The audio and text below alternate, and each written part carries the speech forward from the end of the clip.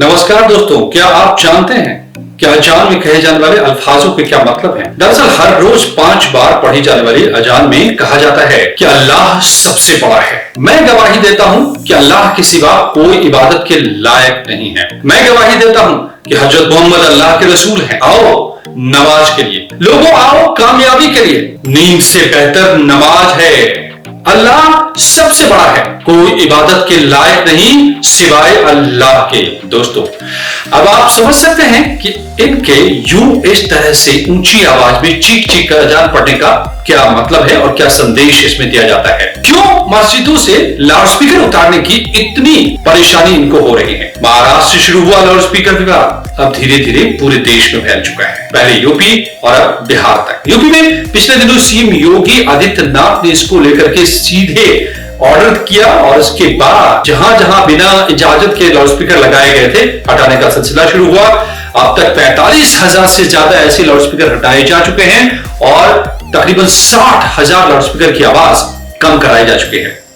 गौर कीजिए कि इस तरह की कार्रवाई देश के इतिहास में पहली बार हो रही है। मजे की बात है कि इसके खिलाफ कोई चू तक नहीं कर पा रहा है। मगर दोस्तों, आखिर मस्जिद पर लाउडस्पीकर लगाने की वाकई जरूरत क्या है? प्रथा कहां से आई, क्यों आई, कितना शोर हमारे लिए ठीक है? सुप्रीम कोर्ट से लेकर तमाम कोर्टों ने इसको लेकर के क्या कहा है? क्यों 5 बार अजान में जो बातें कही जाती है उसे सुनने को सबको मजबूर किया जाता है और यह कहा जाता है कि तुम्हारे ईश्वर उपासना के लायक नहीं। पहले आप इसके सब्सक्राइब कर लीजिए इस चैनल को और साथ ही बेल आइकन दबा दीजिए। दोस्तों, ये विवाद महाराष्ट्र में शुरू हुआ। आपको पता होगा राज ठाकरे ने जो बातें कही, हालांकि वहां तो कुछ नहीं हुआ, लेकिन यूपी में एक्शन जरूर हो गया। यूपी में अब जो है हजारों हजार हर रोज लाउडस्पीकर उतरते चले जा रहे हैं और करीब करीब उतार दिए गए हैं सारे। बीजेपी बिहार ने भी इसकी मांग की। उसके साथी दल जेडीयू ने भी इसका समर्थन कर दिया है। बेशक नीतीश कुमार ने इसे खारिज कर दिया है, फालतू बता दिया। उनके अपने एजेंडे हैं। अभी वो डील पे लगे हुए बीजेपी के साथ कि आगे उन्हें करना क्या है, बनना क्या है, उपराष्ट्रपति, राष्ट्रपति वगैरह वगैरह। लेकिन सवाल हमारे लिए यहाँ है कि लाउडस्पीकर की क्या जरूरत है। और ये सवाल आपको जानकर शायद हैरानी हो कि ये आज का सवाल नहीं है। तकरीबन 500 साल ये पुराना सवाल है। ऊंची आवाज में तब पर भी, उस वक्त भी 500 साल पहले भी अजान पढ़े जाने को लेकर के बातें होती थी। इसका एग्जांपल मिलता है कबीरदास के दोहे में, जिसमें उन्होंने लिखा है कबीरदास जी ने कि कांकर पाथर जोड़ी के मस्जिद लई बनाए ताजड़ी मुल्ला बांध दे क्या बहरा हुआ खुदा। मतलब कंकर पत्थर को जोड़कर मुल्ले ने मस्जिद बना लिया है और उस पर चढ़ के चीख चीख कर वो बांग देता है, आवाज देता है।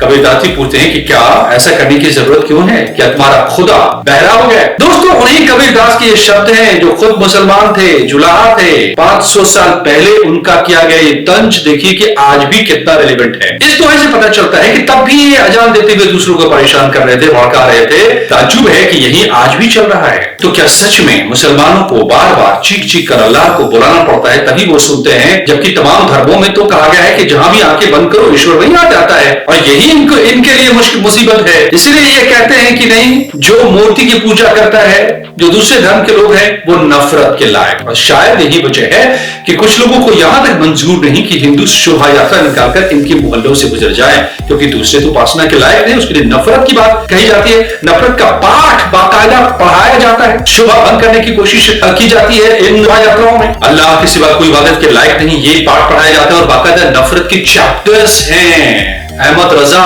जो सबसे बड़े बरेलवी मसलक के मौलाना आला हजरत जिनको कहा जाता है, ये पैगाम देकर गए हैं बड़े बड़े। और इसलिए हिंदू के पर्वों में, त्योहारों में खलल डालने की हर मुमकिन कोशिश हर बार होती है। आप नफरत के इस पाठ का एक नमूना देखिए। सुन्नी बरेलवी मसलक के सबसे बड़े धर्मगुरु इमाम अहमद रजा खान की लाइनें सुनिए। दुनिया भर की हर एक लायक मोहब्बत व मुश्तकीक ताजीम चीज से ज्यादा अल्लाह व रसूल की मोहब्बत और ताजीम। ठीक है भाई, इसमें कोई एतराज नहीं हमें।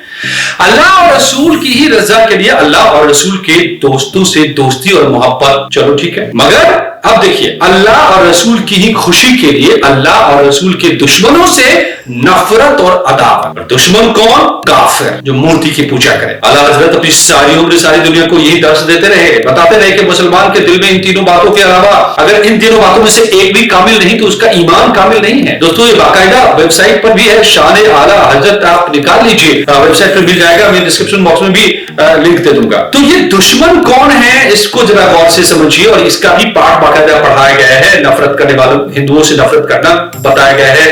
कि वाजिब है, फर्ज है इनका, ये इसी के लायक है। अहमद रजा खान ने इस पर विस्तार से नफरत का एक चैप्टर लिखा है कि किन से नफरत करो। इन बातों को जानकर आपको क्या समझ आ रहा है कि क्यों अजान का लाउड स्पीकर अजान के लिए चाहिए। मथुरा का चाहे वो जन्मस्थान मंदिर हो या फिर काशी में काशी विश्वनाथ मंदिर हो, ठीक उस मंदिर के ऊपर चढ़कर ये अजान देते रहेंगे, कहते रहेंगे कि अल्लाह के सिवा कोई उपासना के लायक नहीं, बात के लायक नहीं। इन्हीं सोच, इन्हीं नफरत के पाठों का नतीजा है कि तमाम कुर्बानियों के बावजूद जो हिंदुओं ने दिए भारत के लिए, मुसलमानों के लिए दिए, ये आज तक हिंदुस्तान को अपना मुल्क नहीं मान पाए। इनमें से बहुत सारे लोग, इनको हिंदुओं से ज्यादा अधिकार दिए गए, हिंदुओं के अधिकार छीन लिए गए। जब संविधान बना तो बहुविवाह प्रथा को खत्म कर दिया गया, लेकिन मुसलमानों को मुस्लिम पर्सनल लॉ वोट दे दिया गया। ये नेहरू जी इसके लिए लड़कर, उन्होंने कांग्रेस से उस तक से लड़कर बैठे कि नहीं, मुस्लिम पर्सनल लॉ बोर्ड ही रहेगा मुस्लिम के लिए, मुस्लिम पर्सनल लॉ, जबकि हिंदुओं को कोडिफाई कर दिया गया, हिंदू के तमाम रीति रिवाजों को। मगर फिर भी आज ये अपना देश नहीं मानते। संविधान में बराबर हक दिया गया,